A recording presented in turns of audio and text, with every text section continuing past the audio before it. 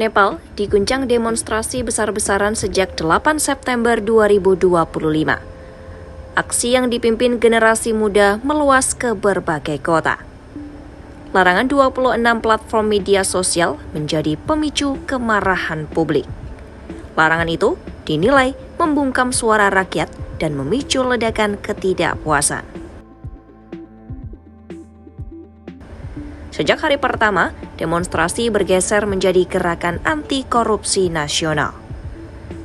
Tagar Nepo Kids dan Nepo Baby menjadi simbol protes di media sosial sebelum diblokir oleh pemerintah. Massa menuding anak-anak elit politik hidup mewah di tengah penderitaan ekonomi rakyat. Semangat generasi Z mendorong gelora perlawanan yang tak terkendali.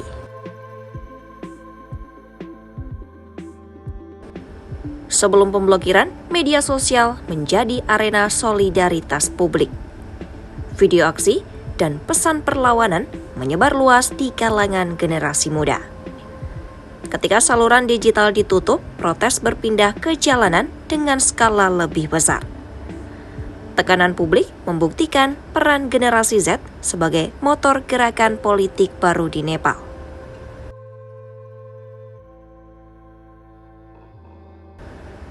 Bentrokan dengan aparat tak terelakkan di jalan Kathmandu dan sekitarnya. Polisi melepaskan gas air mata, peluru karet, hingga peluru tajam untuk membubarkan massa. Data resmi menyebut sedikitnya 30 orang tewas dan hampir 200 orang terluka. Gedung parlemen dan sejumlah kantor politik terbakar. Rumah-rumah pejabat juga dijadikan sasaran amarah massa.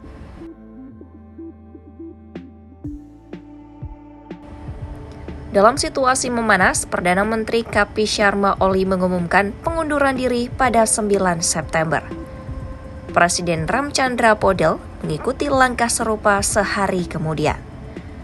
Keputusan kedua pemimpin tertinggi itu meninggalkan Nepal tanpa arah politik yang jelas.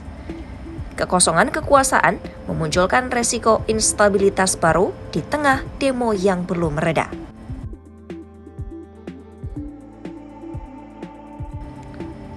Menurut Direktur The Pandita Institute, Agung Setio Wibowo, demonstrasi Nepal menunjukkan kegagalan pemerintah membaca aspirasi publik. Keputusan membatasi komunikasi dan mengandalkan aparat menjadi bumerang politik. Penggunaan kekerasan berlebihan membuat legitimasi pemerintah semakin runtuh. Namun di saat yang sama, tindakan anarkis demonstran juga mengancam dukungan publik terhadap gerakan.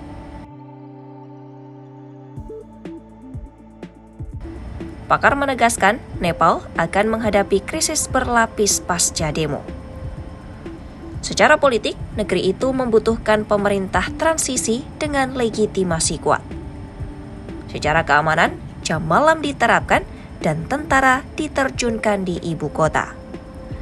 Namun ketegangan di jalanan masih berlanjut dan beresiko meluas ke wilayah lain.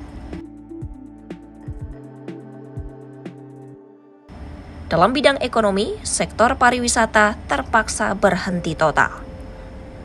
Bandara utama sempat tertutup dan penerbangan internasional dibatalkan. Usaha kecil dan pedagang rugi besar karena akses dibatasi dan konsumen hilang. Kerusakan infrastruktur dan gedung pemerintah menambah beban biaya pemulihan.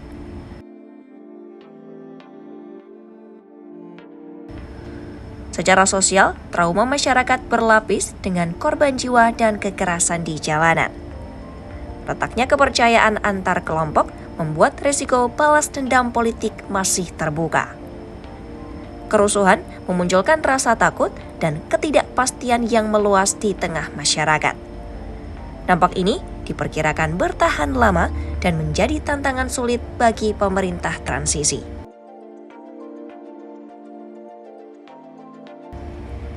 Agung Setio Wibowo menyebut ada 3 syarat mutlak untuk menyelamatkan Nepal, yakni mandat transisi yang kuat dan diterima publik, penegakan hukum independen untuk memberantas korupsi, serta kebijakan ekonomi yang mampu merespon kebutuhan rakyat. Pemerintah transisi harus mengembalikan legitimasi publik dan melakukan rekonsiliasi sosial. Kegagalan menghadapi salah satu tantangan ini bisa memicu instabilitas ulang. Nepal kini berada di titik krusial dalam sejarah politiknya. Sebuah persimpangan antara transformasi struktural atau siklus instabilitas yang berulang. Menurut pakar, dukungan internal dan internasional akan menentukan arah reformasi. Masa depan demokrasi Nepal ditentukan oleh kemampuan pemimpin baru dalam mengelola krisis berlapis yang sedang terjadi.